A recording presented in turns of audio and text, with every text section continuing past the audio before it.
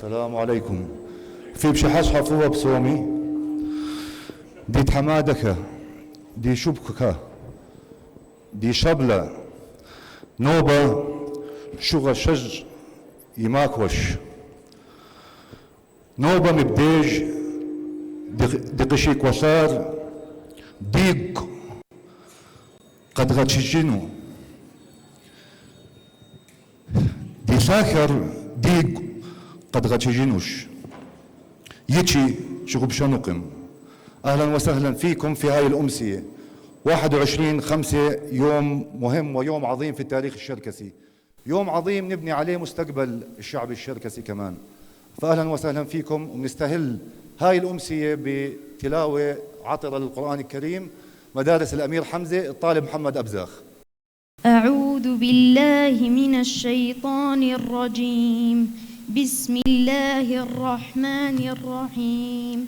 ولا تحسبن الذين قتلوا في سبيل الله أمواتا بل أحياء عند ربهم يرزقون فرحين بما آتاهم الله من فضله ويستبشرون بالذين لم يلحقوا بهم من خلفهم ألا خوف عليهم ولا هم يحزنون يستبشرون بنعمة من الله وفضل وأن الله لا يضيع أجر المؤمنين الذين استجابوا لله والرسول من بعد ما أصابهم القرح للذين أحسنوا منهم واتقوا أجر عظيم.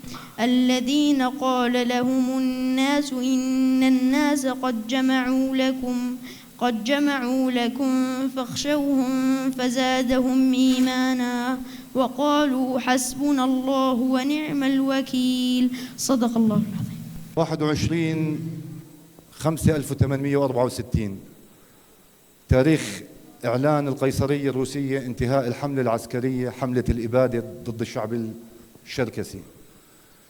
انتهت بمارش بمسير عسكري بسوتشي، وجرى التوقيع ببيت لليوم بالعنو شركس القفقاس، ببيت على الجبال بالأديجيه. هذا اليوم اجى بعد آخر سلسلة حروب استمرت 101 عام لشعب بس بده يدافع عن أرضه. وانضاف بالتاريخ الحروب الدولية مفهوم الأرض المحروقة، اللي كانوا يدخلوا القيصرية الروسية يقتلوا الموجود، يقتلوا المواشي، يسمموا الأبيار، يسمموا الأرض، ويطلعوا على الأرض اللي بعديها. مع كلمة رئيس الجمعية الخيرية الشركسية الأستاذ إبراهيم إسحاقات.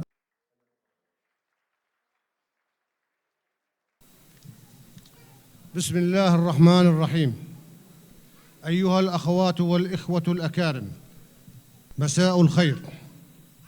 في مثل هذا اليوم من كل عام نحيي والشراكسة أينما كانوا يوم الحداد الشركسي، ونختلف بطريقة وكيفية إحيائها طبقاً لطبيعة كل إنسان ومصلحته وثقافته ومكان إقامته. لكن مهما اختلفنا بطريقة الإحياء فهي تتمحور حول وقف الحرب في مثل هذا اليوم من عام 1864 وخسارة الشراكسة للحرب واستعراض واستنكار ما تعرض له أجدادنا من جرائم ومآسي من قبل روسيا القيصرية وبالتعاون مع الدولة العثمانية وحكومات إنجلترا وفرنسا. نحن كشراكسة مشتتين بأصقاع الأرض ما زلنا إلى يومنا هذا نتخبط بعلم السياسة، وليس لدينا مرجعية واحدة أو خارطة طريق مدروسة أو خطط مستقبلية لكيفية التعامل مع القضية الشركسية. لكن مع تطور وسائل الاتصال والتواصل وسهولة الحصول على المعلومات نتأمل أن يتمكن الجيل القادم من إحداث هذا التغيير، خاصة وأن العالم يتغير بوتيرة عالية. تختفي دول وتظهر دول أخرى، وبعلم السياسة لا يوجد مبدأ ثابت، والمحرك الأساسي للدول والأشخاص هي المصالح، ولا أحد يتكهن بما يخبئ لنا القدر. لكن هنالك ثوابت يجب علينا كشراكسة أن لا ننساها مهما اختلفنا واختلفت توجهاتنا السياسية، وقلتها العام الماضي وسأقولها اليوم، وهي: أولاً، إن أجدادنا تعرضوا للإبادة الجماعية. ثانياً، إن أجدادنا تعرضوا للتهجير القسري ولم يهاجروا طواعية كما يشاع. ثالثاً، المطالبة بحق العودة كمطلب شرعي كفلته المواثيق الدولية. رابعاً، لا مصلحة لنا كشراكسة بمعاداة الروس، لأنها لن تقودنا إلا إلى مزيد من التشتت والدمار، وعلينا التمسك بالحوار السلمي والدبلوماسية. ختاماً، نحن كشراكسة شعب حي، وإلا ما كنا لنجتمع اليوم مع هذه الوجوه الطيبة، وسنبقى نجتمع بإذن الله ما دام الدم يجري في عروقنا، ونؤمن بأن لنا حقوقاً لكنها لن تقدم لنا على طبق من ذهب. لهذا يجب علينا دوماً أن نكون مسلحين بالعلم والمعرفة للتعامل مع المستجدات والمتغيرات بحرفية عالية لما فيه خير الشراكسة أينما وجدوا. المجد والخلود لشهدائنا الأبرار، والمجد والخلود لشهدائنا المسلمين أينما كانوا، وخاصة في غزة. والسلام عليكم ورحمة الله وبركاته.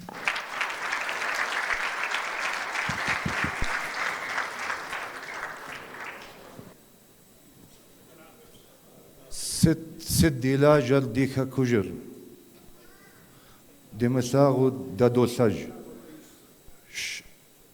مرثا بتتساءل شو مالنا احنا منموت بدون ما نشوف وطننا. القفقاس يا اخوان بشبهها زي الختيارة الكبيرة القديمة قديمة، عمر الشعب الشركسي بتقدروا تشيكوا على الجوجل يفوق 6000 سنة، حضارة مايكوب، وحتى ما يقول من بالغ. قفقاز زي الختيارة الكبيرة اللي قلبها فيه محبة بتكفي العالم كله، أولادها كلهم مشغولين وعايشين بعاد عنها، بتضل تقول لهم اشتقت لكم، وينكم، تعالوا، والله يا أمي، والله يا أمي، والله مشغولين، والله كذا.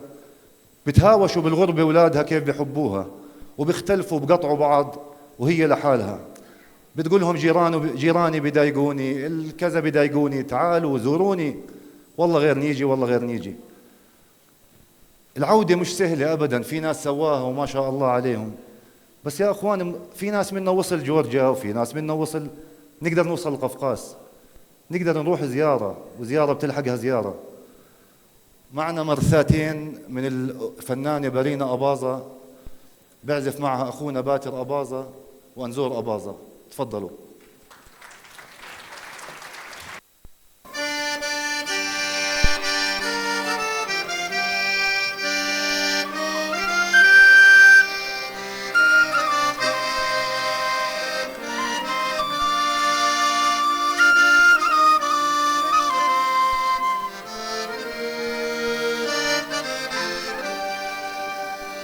شحال ما هو صوتي ثر جيشي ما خوي نبصر شوش شني بالجشيق وحاشي ما غرار يمشوي سدي لا جردي خاك وجر دمثا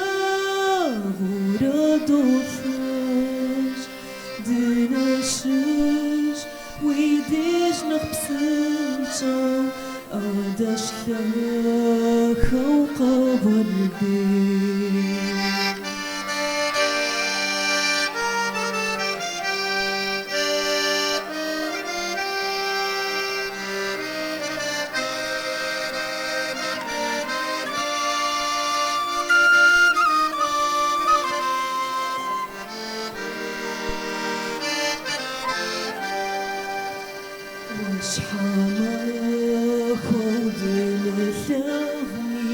يا نخدا خرصت دينا خما صيطان ديش بسومي دروغ وشوق ورار دي خاكش سدي لا جردي خاك وجر دمثا غورا دوفاش دنشج ويديش نفسنتو قادش لاخا وقبر دي سدي لا جردي خاك وجر دمثا غورا دوفاش دنشج ويديش نفسنتو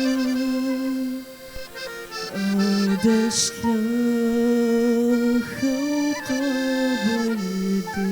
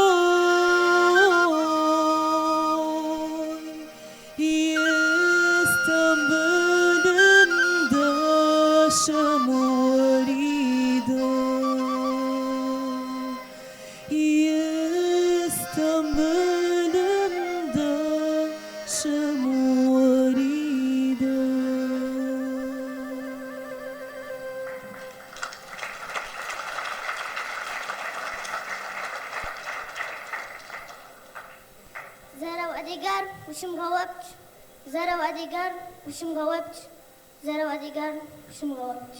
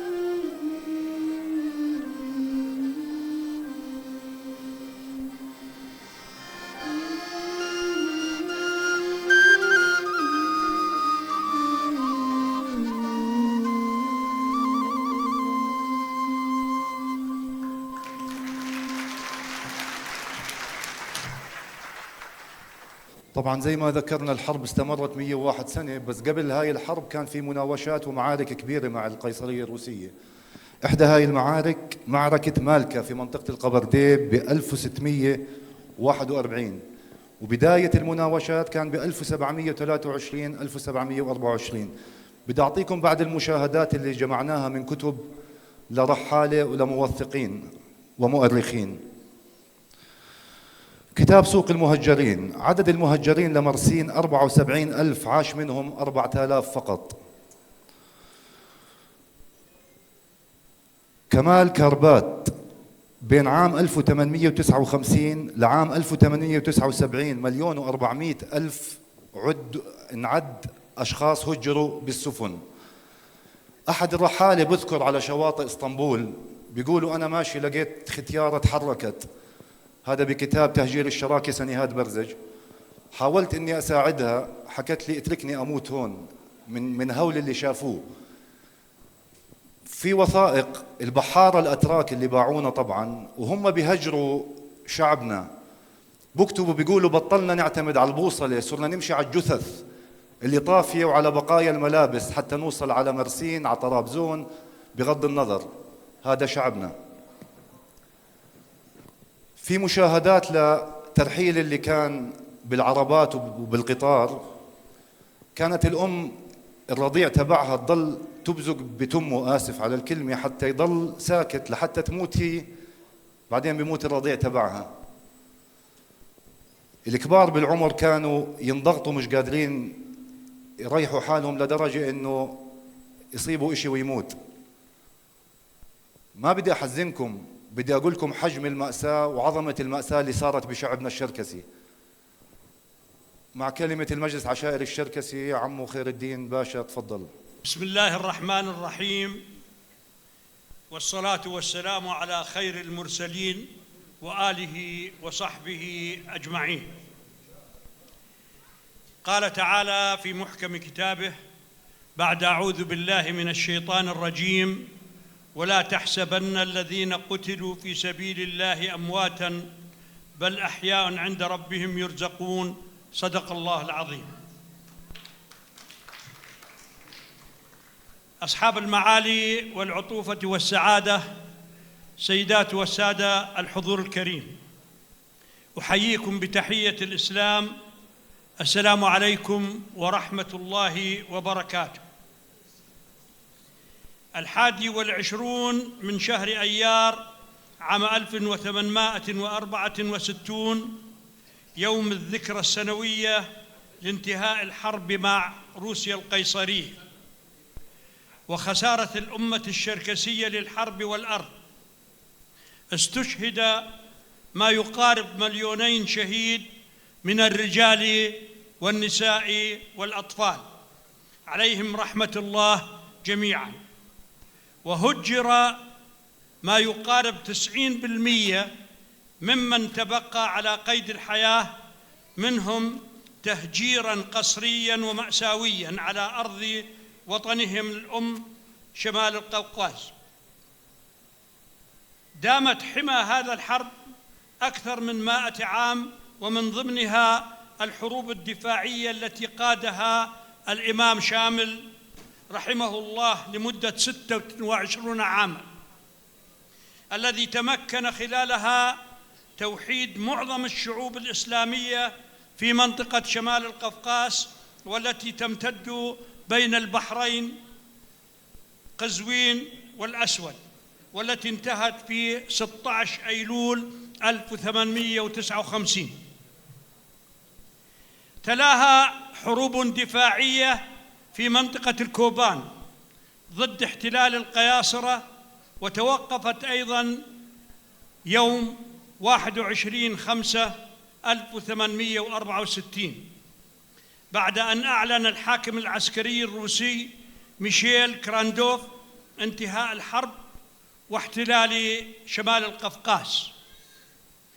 فكان ذلك اليوم الأسود المشؤوم للشراكسة بشكل عام، بأن فقدوا الأرض التي عاشوا عليها منذ آلاف السنين، بشهادة المؤرخين القدماء من اليونانيين والرومانيين، وفيما بعد المؤرخ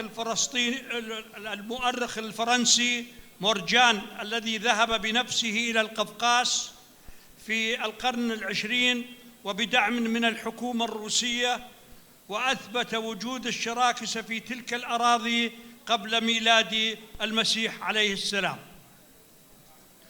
هذه الأمة التي تقيم جزءاً منها في مسقط رأس أجدادهم، أما جلهم في دول الشتات، لأنهم شردوا من أراضيهم بالقوة من قبل الإمبراطورية الروسية عبر عشرات السنين في القرن 18 وال19، واحتلال الأراضي الخصبة والغنية بالثروات الطبيعية، والوصول إلى طرق التجارة العالمية والمياه الدافئة عبر البحر الأسود، وأدت إلى حرق الآلاف من قراهم وتدمير ممتلكاتهم وقتل مئات الألوف من خلال جيوش نظامية مسلحة بأسلحة فتاكة ضد أمة لم تكن مسلحة بالمفهوم العسكري، خلال جيوش نظامية مسلحة بأسلحة فتاكة ضد أمة لم تكن مسلحة بالمفهوم العسكري ولا قوات عسكرية نظامية كمقابلتها. ولم تكتف القوات الروسية باحتلال الأرض فقط حيث الإعداد ومن حيث المصائب والكوارث والأوبئة التي حلت بالمهجرين، وحصدت ما لا يقل عما حصدته الحروب، حيث صدر القرار في ترحيلهم إلى الأراضي العثمانية لإسكان القوقازيين في أراضيهم. وتشهد كل سهول وجبال وشواطئ القفقاس على هول ما حصل وعلى لسان الكثيرين من المؤرخين والكتاب. الإخوة والأخوات، إن الأمة الشركسية ومنذ 161 عاماً، ونحن وآبائنا وأجدادنا الذين هجروا صبرنا حتى انتهى الستار الحديدي، حتى تمكن من في أرض الأجداد استقبال من هم في دول الشتات والتواصل معهم. وبدأ أيضاً تأثير العولمة والأقلام الحرة لمن هم في بعض دول الشتات، وأصبحنا نحيي يومنا هذا في جميع أنحاء العالم، ونجتمع تحت ظل الجمعية العالمية الشركسية والموجودة في أرض الأجداد. وحققنا لقاءً مع لجنة العلاقات الخارجية في مجلس الدوما، وطرح في اللقاء مطالب الشراكسة في دول الشتات، وتمت مخاطبات العديد من المنظمات الدولية لحقوق الإنسان لبيان المطالب العادلة من حقوقنا. وأملنا اليوم من جمعيتنا الخيرية الشركسية أن نخرج في لجنة من شبابنا المثقف في مجال القضية الشركسية لإنشاء كلمة تخاطب الجمعية العالمية الشركسية وإثارة بعض المخرجات من أهمها ما تم بالنقاط التي طرحت من الوفد الشركسي من أبناء الشتات، والتي قابلت عام 2011 لجنة الشؤون الخارجية لمجلس الدوما في الفيدرالية الروسية.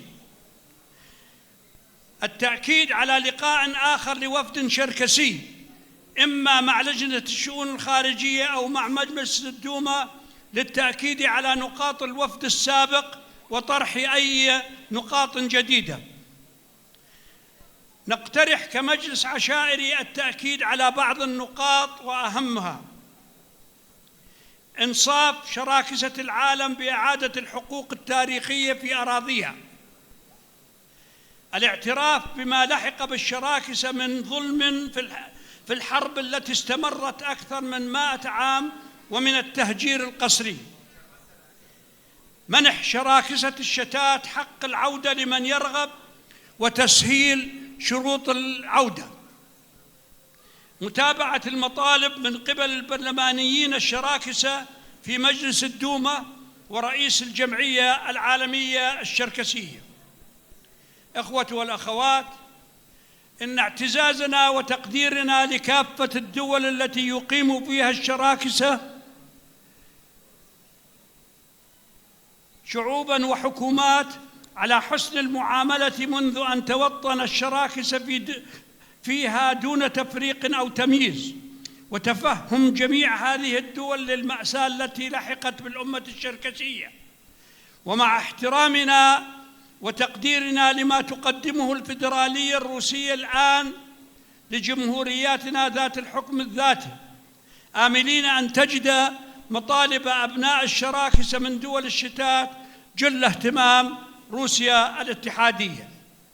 أختم حديثي بالدعاء لله سبحانه وتعالى أن يوحد كلمتنا وأن يوفقنا لما فيه الخير لأمتنا وأوطاننا والمسلمين أجمعين، وأن تتحقق ما نصبو إليه إن شاء الباري جلت قدرته، وأن نبقى كما نحن أينما تواجدنا في انتمائنا ووفائنا المشهود به، لنكون جميعاً وحدة واحدة بالقول والعمل، لنبقى كما قال المصطفى صلى الله عليه وسلم في الحديث النبوي الشريف: مثل المؤمنين في توادهم وتراحمهم كمثل الجسد الواحد إذا اشتكى منه عضو تداعى له سائر الجسد بالسهر والحمى. والسلام عليكم ورحمة الله وبركاته.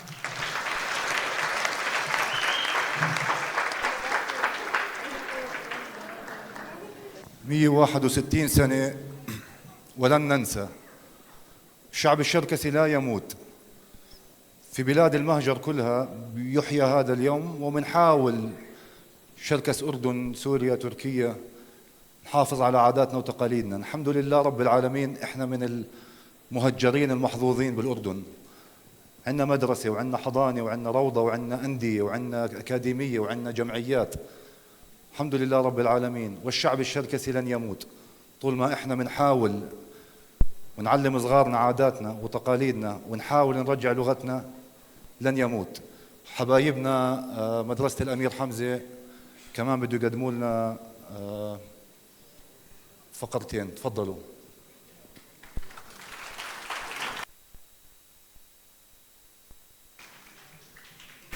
سسيد سر قرابش سيد تسمين بجغ أخوا وحرشم سشو ثلاثة قب وخم بغخم خخم بشخ ولخم قشو زوتلتح فازخف مهري زخسخاش فاف مثلاغ وريس أسلغواش مين رشيرة خشب لغم نقغم يطوش رزم سسي نوك تشاش أدي خم يغنو تدر كخزر خوار غنو تدم قيلة فكر زبغنا دنيم تقوحكوا أو طلب فيبت زخمافة أدياب سومي دامغة سخفاش نوبة شغجاوة ستخوض الشبا سشف مثلاغمي أديا طلب يفيبت وزو سزر شتر في قبغتج سجف مغاغب شزاي.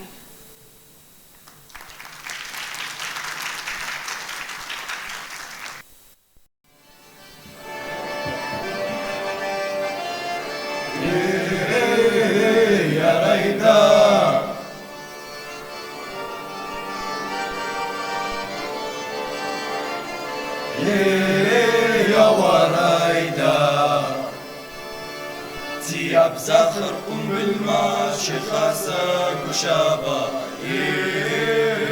يا رايدا ورس خريق على ماشي جابك وشابا يا رايدا رانس شجر ونعيش مشو يا زاهر يا رايدا أخم يرثى وخشخر ويرخر وشابا يا رايدا جاور ريحاش خري محاكم وشابا يا رايدا شالله تسكو مقوى خر بداوش وشابا يا رايدا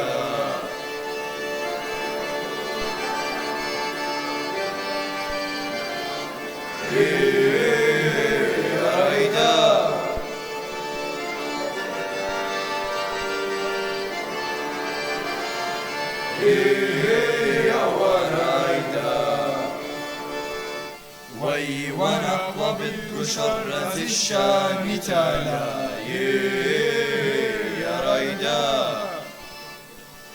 أرش الجلم خلاوي زورقك يشوش يا رايدا رابط زاقا زخر شو الشما رابشا يا رايدا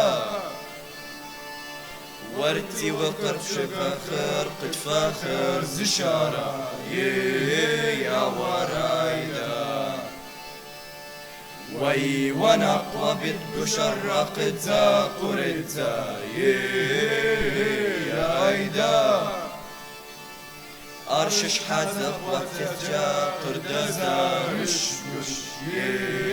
يا رايدا جاوري حاج تري معاكم وشابا يا رايدا جلح حكومة وخر قداوش وشابا يا رايدا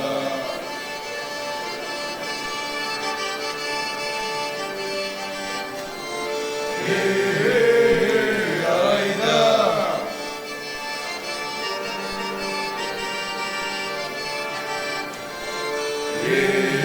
يا رايدا.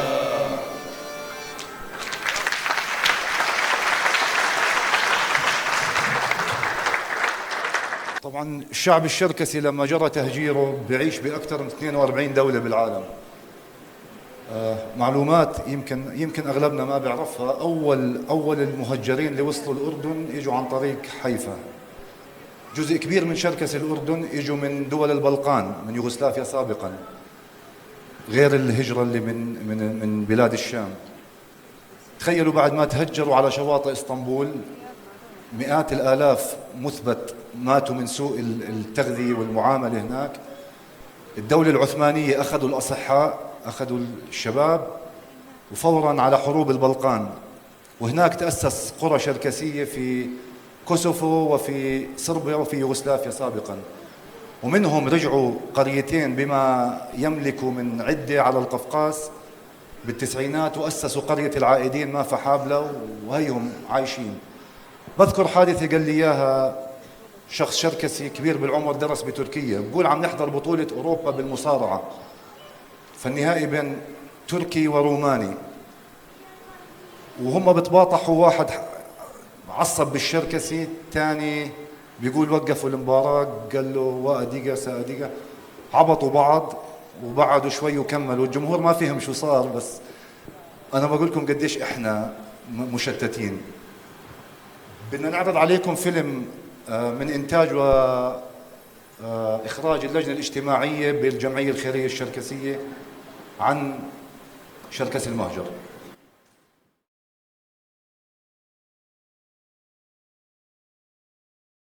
في أواخر الحرب الشركسية الروسية كان في مجموعة من المقاتلين الشركس اللي من شدة بطولاتهم وأثرهم بالمواجهة كانوا ملاحقين من الجيش القيصري. واحد من الشباب كان متفق مع القشن إنه في حال صار بده يغادر الوطن لفترة نجهز أغراضها وترافقوا بهاي التجربة الصعبة. بعد عدة محاولات من التخفي قدروا انهم يقبضوا عليهم، وهم محبوسين اتفقوا وخططوا انهم يهربوا من الحبس وينسحبوا من ارض الوطن بين ما يرتبوا امورهم ويرجعوا لوطنهم. وفعلا قدروا انهم يهربوا من السجن بعد ما قتلوا كل الحراس. بعدها اتفقوا انهم يتوجهوا للمينا، والشاب حكى لاصحابه يسبقوه وهو راح يلحقهم. ولما راح يجيب قشنته لقاها جاهزة وبتستناه. وأول ما وصلوا على المينا سمع صوت بوق الباخرة واللي بيشير لوقت الإبحار، فاستعجلوا وركبوا فيها. الشاب بلش يدور على أصحابه بس ما لقاهم، فقرر أنهم يتداروا عن الناس اللي بالباخرة عشان ما حدا يعرفهم. وكل يوم كانوا يستغلوا موعد الأكل ويطلعوا يدوروا على أصحابهم. ضلوا على هذا الحال لمدة أيام، والآخر استنتجوا أنهم مش على نفس الباخرة، وراح يضطروا أنهم يكملوا الرحلة لحالهم للأسف. بعد أيام من الإبحار وصلت الباخرة لوجهتها، ونزل الشاب والبنت منها، وكان الوقت متأخر من الليل، ومشوا مع الشط لساعات طويلة وما عرفوا وين هم ولا التقوا مع حدا من سكان المنطقة. مع عناء السفر والتعب انجبروا انهم يناموا في أحد البساتين. بعد ما طلع عليهم الصبح وفتحوا عيونهم لقوا مجموعة من العاملين بالبستان متجمعين حواليهم وعم بيحاولوا يحكوا معاهم، بس الصدمة كانت انهم مو قادرين انهم يفهموا عليهم. فراح واحد من العمال على البيت اللي بالبستان ورجع معاه صاحب البستان، وجرب انه يحكي معاهم بأكثر من لغة، يحكي معاهم بلغة، يحكي معاهم بلغة تانية ولغة ثالثة، ومو قادرين يفهموا على بعض. فقام صاحب المزرعة وأعطاهم البيت الصغير اللي جنب بيته، وتزوجوا وأنشأوا عيلتهم. وصارت البنت تساعد زوجته والشاب يساعد صاحب البستان، بيساعده بالزراعة وبالحصاد.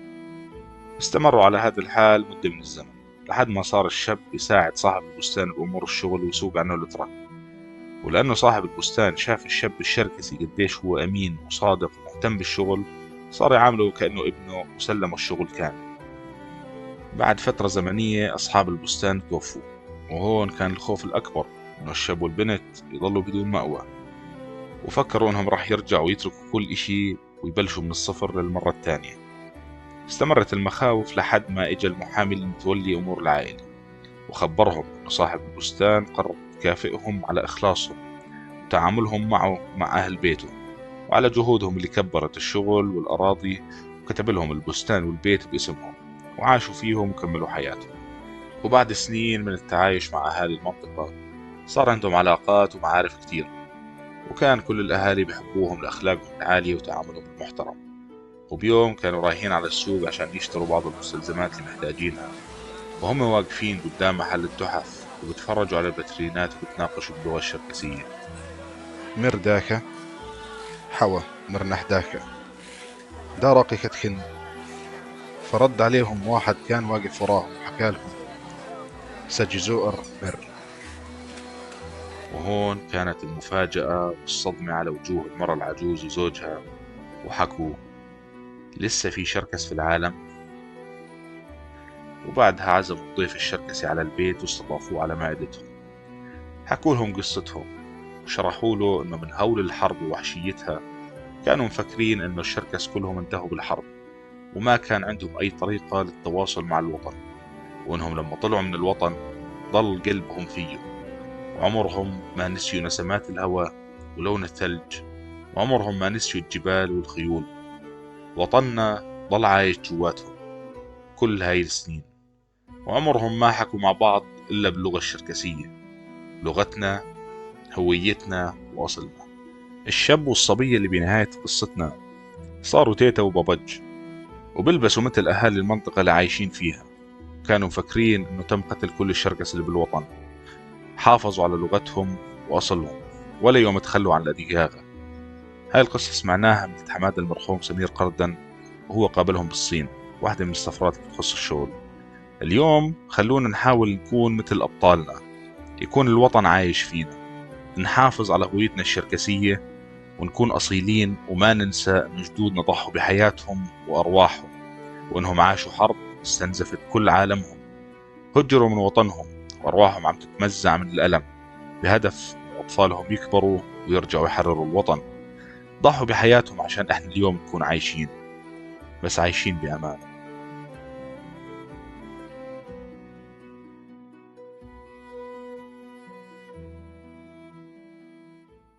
بالصين، تخيلوا بالصين الله يرحمه سمير قردان قابل هاي العائلة. يمكن أكبر معضلة بتواجه الشعب الشركسي هي الفكر السياسي. ما عندنا كتير فكر سياسي، بنعصب بسرعة، ما بنعرف السياسة والدهاء. هذا بيرجع لعادات صارمة جدا عمرها كتير. أعتقد زي ما حكى عمو خير الدين وزي ما حكى عمو إبراهيم، إحنا لازم نشتغل على فكر، لازم بعد 161 سنة نشتغل على فكر سياسي موحد. إحنا بتيجي جورجيا بتعترف بالمذابح منزقف، طب ما هي مصلحة. بتيجي أوكرانيا بتعترف بالمذابح ننبسط، لازم ننبسط، بس هي مصلحة. إحنا لازم يكون عندنا ملف واحد. أحد الأشخاص اللي أقدرهم بتعب كتير، باحث ودارس بالفكر السياسي الشركسي، الدكتور علي كشت، محاضرات دائمة بالجمعية وفكر سياسي، ويتفضل يلقي كلمته. الحضور الكريم، أبناء وبنات شعبنا الشركسي، السلام عليكم ورحمة الله وبركاته. في الذكرى 61 بعد 100 ليوم الحداد والحزن الشركسي، نقف مجددا على أطلال ذاكرة لا تنسى، ذاكرة شعب كتب عليها أن يعيش أقصى فصول المعاناة، لا بالقتل وحده ولا بحرق الأرض وسرقة الوطن، بل بما هو شد إلاما، ألا وهو التهجير. ذلك التهجير لم يكن مجرد انتقال قسري من أرض الوطن إلى المنفى، بل كان اقتلاعا للروح وقطعا للشريان الذي يربط الإنسان بجذوره. لقد ألقى الشراكس في يم التاريخ، لا لينقذهم الساحل، بل ليلفظهم على شواطئ الخديعة. القيه في اليم فليأخذه اليم إلى الساحل، فإذا بالساحل هو الموت بحد ذاته الذين ظنوا به النجاة. هكذا جرف الشراكسة من بين أنياب روسيا القيصرية المتوحشة ليلقوا في أحضان العثمانيين الذين لم يكونوا إلا امتدادا آخر للخذلان بصيغة مختلفة. إنما تعرض له الشراكسة لم يكن فقط احتلالا للأرض أو تدميرا للقرى والبلدات، بل محاولة منهجية لاقتلاع الهوية ومحو الذاكرة الجماعية ودفن أمة بأكملها في مناف النسيان. لكن الشراكسة رغم الجراح حملوا ذاكرتهم معهم، لم يستسلموا ولم يذوبوا، بل تمسكوا بلغتهم وثقافتهم وتاريخهم وهويتهم، لأنهم أدركوا أن من لا ذاكرة له لا مستقبل له. أيها الحضور الكريم، إن التعلق المفرط بسردية المظلومية الدائمة دون الانتقال إلى مرحلة الفعل والتخطيط سيبقى سببا رئيسيا في إطالة أمد الضعف، ويكرس حالة من التنافر المعرفي بين ما نعيشه وبين ما ندعيه. وفي ظل هذا التناقض تجد القومية التقليدية أرضا خصبا للتمدد، مستندة إلى الخطابات الانفعالية والبطولات الوهمية، بعيدة كل البعد عن الواقع ورافضة لأي قراءة عقلانية للممكن والمتاح. وهكذا تستبدل الحقيقة بالوهم، ويضيع المشروع بين صخب الحماسة وفوضى الشعارات. ولذلك لا بد من وعي جماعي جديد يتجاوز العاطفة إلى الفهم، ويتجاوز الماضي إلى بناء المستقبل، دون أن يفرط في الثوابت أو يتورط في الانفعال، أي للانتقال من حالة الضحية إلى حالة الناجي أو المبادر إلى الفعل. أيها الأخوة والأخوات، علينا أن ندرك اليوم وبأقصى درجات الصراحة إن الكراهية بلا خطة ليست موقفا سياسيا، بل عائقا يطيل أمد العجز، وإن العدالة بلا أدوات تنفيذ تبقى أمنية معلقة تقال ولا تنجز. العدو الحقيقي لا يكمن في الخارج، بل في أن نظل أسرى لردود الفعل والانفعالات دون مشروع واقعي مدروس. نعم، قد تحفظ شيئا لنا العاطفة من الهوية وتمنحنا شعورا مؤقتا بالتماسك، لكن وحدها لا تبني حاضرا ولا تصنع مستقبلا. أما الواقعية السياسية فهي الطريق الوحيد نحو التغيير الحقيقي، الواقعية التي لا تعني الاستسلام، بل تعني فهم موازين القوى واستثمار الفرص وصياغة خطاب يحاكي العصر ويخاطب المؤسسات، لا مجرد العاطفة الشعبية. فلا يجب أن نظل نردد أن لنا حقا دون أن نمتلك الأدوات التي تتضمن تحقيقه. الحق وحده لا يكفي، بل لا بد من وسيلة ومن صوت وازن ومن موقف واع يستطيع أن يترجم الألم إلى عمل والغضب إلى بناء. وفي هذا السياق لا يمكننا التجاهل أن العدو الأكبر في هذه اللحظة الراهنة هو الفوضى التي تشهدها الساحة الشركسية اليوم، ورفض فكرة القيادة والزعامة القومية رغم الحاجة الملحة لها. إن استمرار غياب الزعامة المنظمة يبقي الساحة الشركسية مفتوحة أمام التخبط والفوضى، ويجعل من السياسة القيصرية القديمة التي اعتمدت على قطع الرأس عن الجسد سياسة ما تزال فعالة إلى يومنا هذا. لا عمل سياسي قومي حقيقي دون تقديم المفكرين السياسيين إلى الواجهة، هؤلاء الذين يمتلكون الرؤية والبوصلة، لا أولئك الذين يكتفون بالشعارات. ولنا في المرحوم قال مقيورة منظم الفكر القومي الشركسي الحديث ووزير العدل الأسبق في روسيا الاتحادية وأول رئيس للجمعية الشركسية العالمية خير مثال على ما يعنيه أن يقدم المفكر وأن لا يستبعد، وأن يكون الفكر السياسي أداة بناء لا ديكورا خلفيا للمشهد. تمر ذكرى اليوم ونحن نواجه تحديات جديدة لا تقل خطورة عن الماضي، خطر الذوبان في مجتمعات الشتات، تهميش الهوية، وغياب المشروع القومي الشركسي. وإذا كان الماضي قد فرض علينا بالسلاح والحديد، فإن المستقبل يجب أن نصنعه نحن، نصنعه بالعلم، بالوعي، وبفكرة العودة والمشاركة الفعالة في صنع القرار على أرض الوطن. إن العدالة التاريخية لا تمنح بل تنتزع، ولا تستعاد بالشعارات بل بالعمل المنظم وبخطاب سياسي عقلاني يطالب بحق العودة ويصر عليه ويضع الكرامة الشركسية في المقدمة أولوياته. في هذه الذكرى لا نكتفي بالبكاء على الأطلال، بل نجدد العهد بأن نبقى أوفياء لتلك التضحيات الجليلة، وأن نحمل القضية إلى الأجيال القادمة لا كذكرى حزينة بل كمشروع وطني يراد له الحياة. وفي النهاية لقد حاولوا دفننا وظنوا أنهم أنهونا، ولكنهم لم يعلموا بأننا البذور، وبأن النخل يموت واقفا، والشعب الشركسي سيبقى واقفا إلى أبد الآبدين، شاء من شاء وأبى من شاء أبى. والسلام عليكم ورحمة الله وبركاته.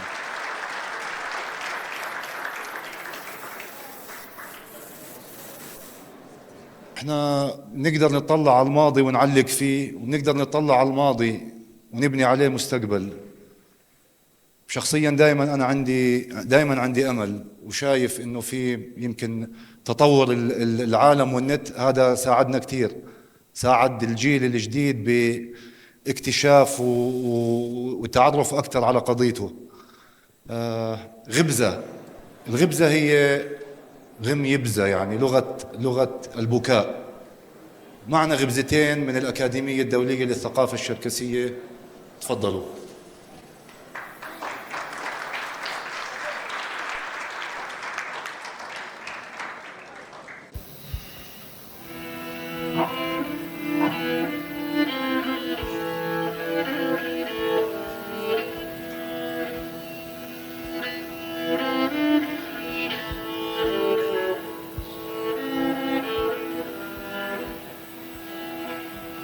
والزمرات جزاجر مرجع شرفت قطة زمور تسري هوي مرجع والسقوى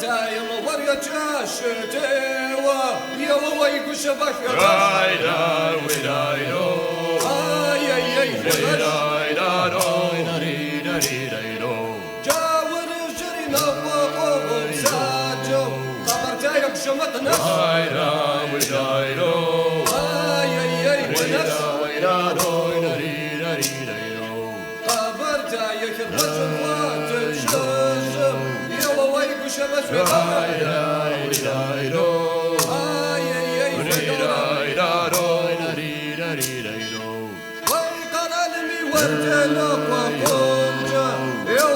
شبت رايدا ويدايدو ويدايدو دون يجم شكاه الله يابزا يا ويقو شبت يا رايدا ويدايدو ويدايدو تاتي مالري والورا يشكوب يا ويقو شبت رايدا ويدايدو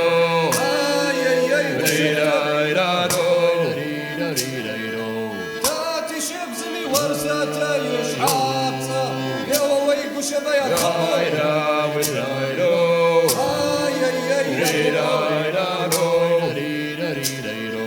دون يجمي ورشد غشا جوشكم يا ويقو شبت رايدا ويدايدو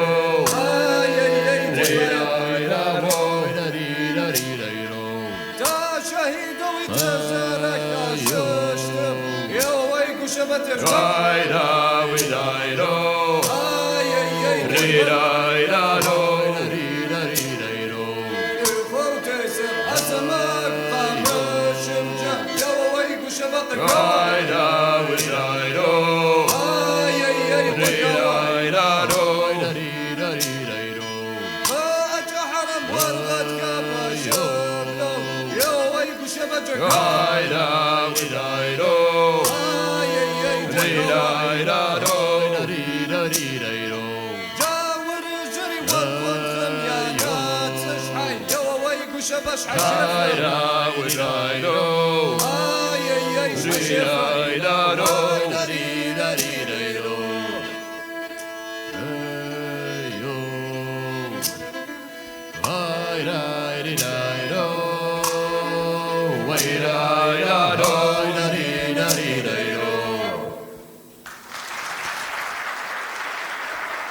كبرنا واحنا بنشوف كبارنا كيف تعبوا ببناء الجمعية، بالأندية، بإنشاء الفرق.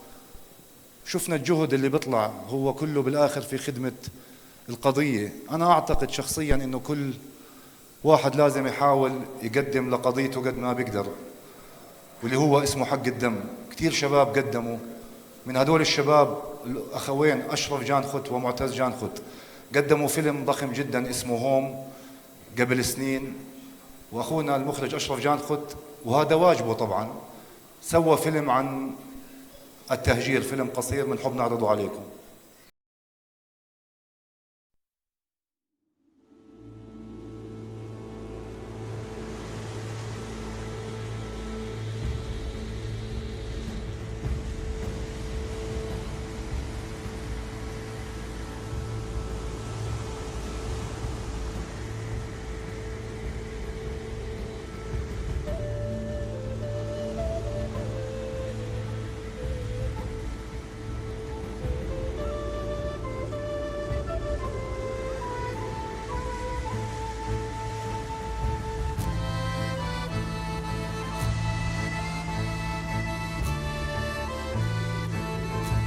In the 19th century, the Circassian people faced one of the largest forced displacements in modern history.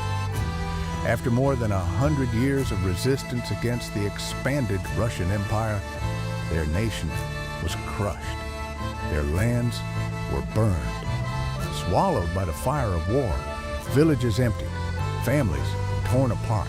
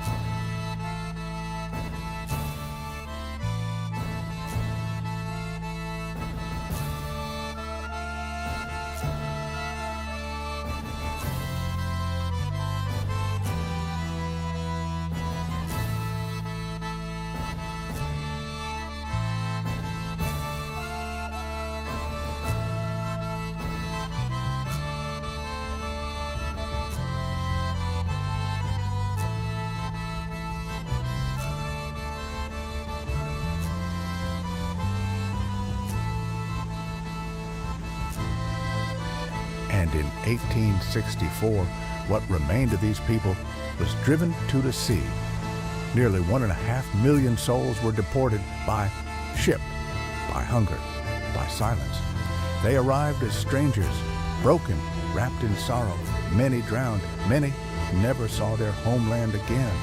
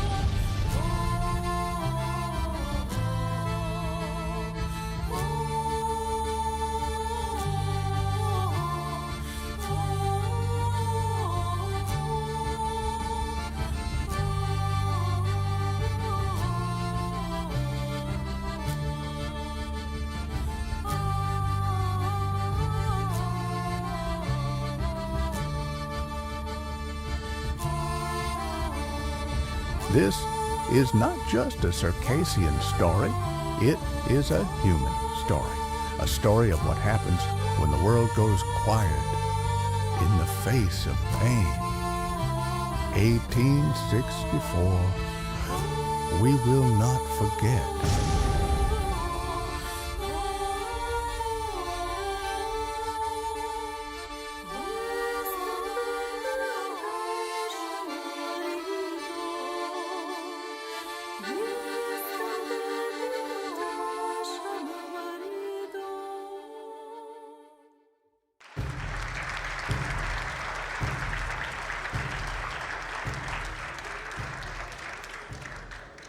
بالنهاية بحب أشكر جميع اللي ساهموا وجميع اللي حضروا.